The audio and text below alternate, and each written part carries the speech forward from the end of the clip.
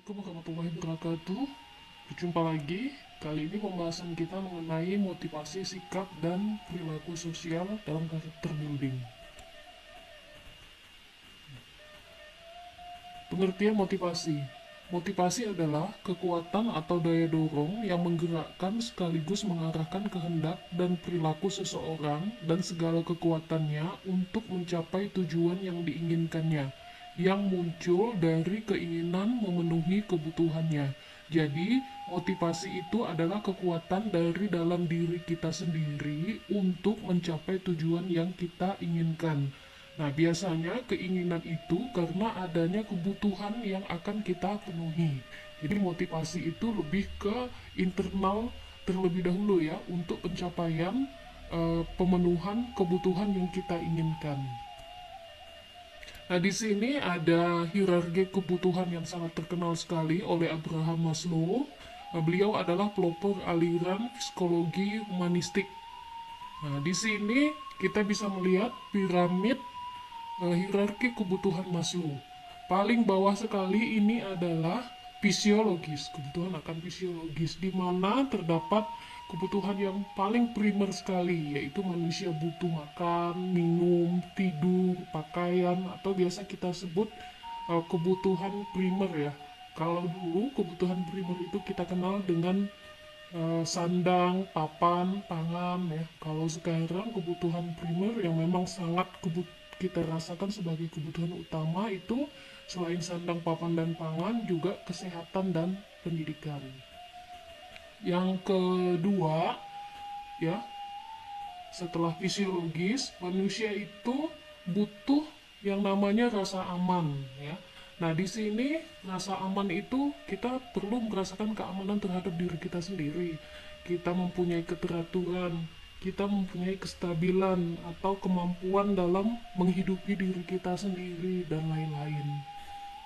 Nah, tingkat selanjutnya ya, makin ke atas makin kerucut. Ini kita membutuhkan, setelah kita mempunyai rasa aman tadi, kita juga membutuhkan yang namanya sosial ya. Nah, manusia itu adalah makhluk sosial, jadi butuh memang yang kasih sayang dari eksternal ya, relasi, keluarga, lingkungan, dan lain-lain. Terus manusia itu juga membutuhkan, setelah kita terpenuhinya sosial, manusia itu juga memerlukan yang namanya penghargaan ya. Nah, di sini penghargaan itu ada pencapaian ya, contoh anak kecil yang berhasil mendapatkan nilai uh, baik di sekolah ya, prestasi akademik dan pencapaian. Terus adanya status ya, status sosial, tanggung jawab ya, reputasi, citra yang dimiliki oleh pribadi tersebut, dan lain-lain. Nah, makin ke atas, manusia itu juga membutuhkan yang namanya aktualisasi diri. Nah, aktualisasi diri ini kita butuh yang namanya pengembangan diri. Contoh, misalnya sudah selesai di sekolah menengah atas, ingin mengembangkan diri untuk memenuhi pemenuhan ideologi tadi, ya, ide-ide, pencapaian ide-ide atau gagasan. Jadi pribadi tersebut melanjutkan ke perkuliahan yang lebih, ke jenjang yang lebih tinggi. Jadi ini adalah kebutuhan, hierarki kebutuhan pokok ya, yang tentu kita ambil landasan yang paling bawah dulu ya, pemenuhannya. Nah, ini ada fisiologis, rasa aman, sosial, penghargaan, aktualisasi diri. Ini ada beberapa cara untuk memotivasi diri. Yang pertama, memotivasi diri melalui rasa percaya diri. Jadi, rasa percaya diri itu harus kita munculkan kepada diri kita sendiri, ya. Sebelumnya kita sudah mengenal diri kita sendiri. Nah, di dalam mengenal diri kita sendiri itu kita mempunyai, mengetahui kelemahan atau kekuatan yang kita miliki.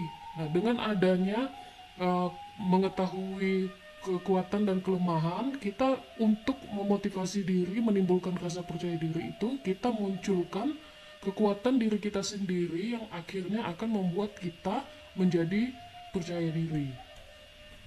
Yang pertama, setelah kita memunculkan rasa percaya diri itu, Jangan mencari alasan ya, hindari mencari alasan karena banyak kita temui sekarang itu untuk memulai ya atau melakukan suatu kegiatan mencari alasan dengan alasan tidak bisa, belum tahu, tidak mengerti.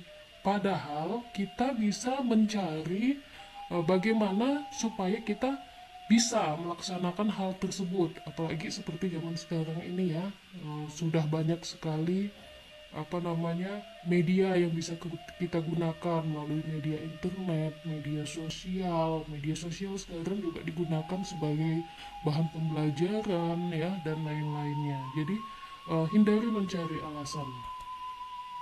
Yang kedua, gunakan daya imajinasi. Saya pernah baca artikel di Yahoo Indonesia bahwa orang yang senang berimajinasi, ya, menggunakan imajinasi adalah orang yang cerdas. Nah, saya amati, ya memang iya, karena contoh bagi mereka yang pengarang cerita, ya, um, apa, kartunis, ya, animasi dan lain-lain, itu kan menggunakan daya imajinasi.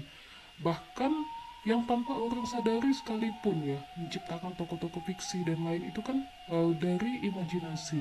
Nah, bagi kita yang memang bukan arahnya ke seperti kartunis dan lain-lain, tentu tidak menciptakan animasi yang seperti itu ya, tapi tetap kita bisa gunakan imajinasi kita terhadap apa yang kita senangi. Misalnya seorang wanita menyukai cara merias wajah ya, bermake up. Jadi dia bisa menggunakan imajinasinya dalam mengapresiasikan apa yang akan dia lakukan terhadap hasil make upnya tersebut. Terus selanjutnya, jangan takut gagal. Nah, kita coba dan coba lagi, apalagi yang masih muda. Ya, saya masih ingat quotes dia, Dahlan Iskan, ya, habiskan masa gagalmu di masa muda. Jadi, kalau misalnya kita masih muda, kita mengalami kegagalan, coba lagi, sampai akhirnya kuota gagal kita itu habis. Karena kita sudah mengetahui di mana letak kegagalan, akhirnya kita bisa memperbaiki dari kegagalan tersebut. Nah, ini yang juga paling penting ya, perhatikan penampilan. Penampilan di sini bukan berarti kamu harus ganteng, cakep, seksi, enggak. Tapi penampilan di sini adalah attitude, ya. Jadi kepada siapa kita bertemu, attitude kita seperti apa, harus bisa menempatkan diri, dan penampilan ya setidaknya harus rapi ya, bukan berarti harus memakai pakaian yang branded dan segala macam. Nah, penampilan ini juga penting ya, karena biasanya orang itu melihat pandangan pertama begitu menggoda karena dari penampilan.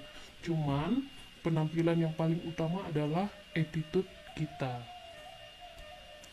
Yang kedua, cara memotivasi diri adalah dengan menentukan sasaran. Jadi kita harus tahu dulu, kita memotivasi diri ini sasarannya apa. Contoh, seperti mahasiswa memotivasi dirinya karena sasarannya ingin mencapai target kuliah selesai tepat waktu dengan prestasi akademik. Gitu. Jadi kita harus tahu dulu sasaran apa yang akan kita lakukan, keinginan apa yang akan kita penuhi agar kita dapat memotivasi diri lebih dan lebih lagi. Yang ketiga, nah di sini ada memotivasi diri dengan menyusun catatan mengenai sukses yang pernah diraih, dan ini sangat membantu sekali ya. Bahkan itu kalau di aplikasi sekarang itu banyak sekali untuk membantu supaya kita bisa terorganize dengan baik ya. Nah, biasanya tuh dibuat agenda-agenda dan pencapaian yang telah kita lakukan, karena ini dapat membuat kita menjadi terlatih, disiplin, dan terorganize dengan baik. Nah, ini ada Joe Luft dan Harry Ingham mengungkapkan tentang jendela Johari yang sangat terkenal. Jadi ada diri sendiri, nih, dan orang lain. Nah, di sini ada daerah terbuka, daerah buta, daerah tersembunyi, dan daerah tak sadar. Untuk daerah terbuka ini adalah bagian dari diri kita yang menyajikan semua informasi, perilaku, sifat, perasaan, keinginan, motivasi, dan ide yang diketahui oleh diri sendiri dan orang lain. Informasi yang diketahui oleh diri sendiri dan orang lain ini mencakup antara lain nama diri, warna kulit, usia, agama, sikap terhadap politik, hobi, dan lain sebagainya. Nah, di sini komunikasi ini, eh, daerah terbuka ini ya tergantung pada tingkat keterbukaan di mana kita dapat membuka diri terhadap orang lain ya. Terus yang kedua, ini daerah buta. Daerah buta ini adalah, di sini kita bisa lihat ya, segala hal tentang diri kita yang diketahui orang lain namun tidak diketahui oleh diri kita sendiri. Di sini kan daerah buta, orang lain tahu, diri kita tidak tahu. Nah, karena adanya daerah buta akan membuat komunikasi menjadi tidak efektif, maka kita harus mengusahakan agar daerah ini jangan terlalu besar dalam diri kita. Menghilangkannya sama sekali adalah tidak mungkin, namun kita harus berusaha untuk menyusutkannya. Biasanya seperti ini kita tanpa sadar ya, sikap yang kita lakukan itu misalnya bagi diri kita sendiri benar, tapi bagi orang lain salah. Nah, ini yang masuk ke dalam di daerah buta. Jadi memang kita harus meminimalisir ya, supaya jangan sampai terjadi renggang komunikasi ya antara diri kita dan orang lain. Yang ketiga, ini daerah tersembunyi di mana diri sendiri tahu dan orang lain tidak tahu. Wilayah ini berisi apa-apa yang kita ketahui dari diri kita sendiri, ya, dan kita simpan untuk diri kita sendiri, tidak untuk orang lain mengetahuinya. Misalnya, kita dapat menyimpan rahasia kesuksesan, ketakutan yang kita hadapi, ya, masalah keluarga, kondisi keuangan yang buruk, dan lain-lain di sini. Ya, karena memang di daerah tersembunyi ini adalah orang lain yang tidak boleh tahu ya. Tuh. Terus yang keempat ada daerah tak sadar. Nah, daerah tak sadar ini dimana diri sendiri tidak tahu dan orang lain juga tidak tahu. Ini aspek dari diri kita yang tidak diketahui oleh diri kita sendiri maupun oleh orang lain. Nah, kita mungkin akan mengetahui aspek dari diri yang tidak dikenal ini melalui kondisi tertentu, ya, di sini. Misalnya kita melalui hipnotis, ya. Walaupun sulit untuk mengetahui, tapi kita harus menyadari bahwa aspek ini ada dalam diri kita sendiri. Nih, daerah tak sadar. Nah, di sini ada target dan rencana pencapaian yang tadi sudah saya sampaikan ya. Jadi dengan adanya target dan rencana pencapaian yang dibuat, ini akan lebih membuat kita semakin termotivasi untuk mencapai target yang kita inginkan. Nah, di sini misalnya ada jangka waktu, ada waktu pelaksanaan selama 1 tahun, 2 tahun, 3 tahun, 4 tahun, 5 tahun. Dicoba dalam tahun, bisa juga kita ganti dalam bulan ya. Terus target, misalnya kita menargetkan di bulan awal tahun. Nah, di bulan ke-12 tahun yang bersangkutan, target tersebut sudah tercapai. Terus ada rencana pencapaian. Misalnya rencana pencapaian itu lulus kuliah, terus kita punya prestasi akademik, kita dapat beasiswa, terus kita bisa membuat usaha sendiri dan lain-lain. Dengan adanya target dan rencana pencapaian ini dapat membantu personal semakin baik ke depannya dalam hal penjadwalan atau organize ya, dan disiplin dalam melaksanakan kegiatan dan tercapainya target. Oke, sekian dari saya. Jumpa lagi ke materi selanjutnya. Assalamualaikum warahmatullahi wabarakatuh.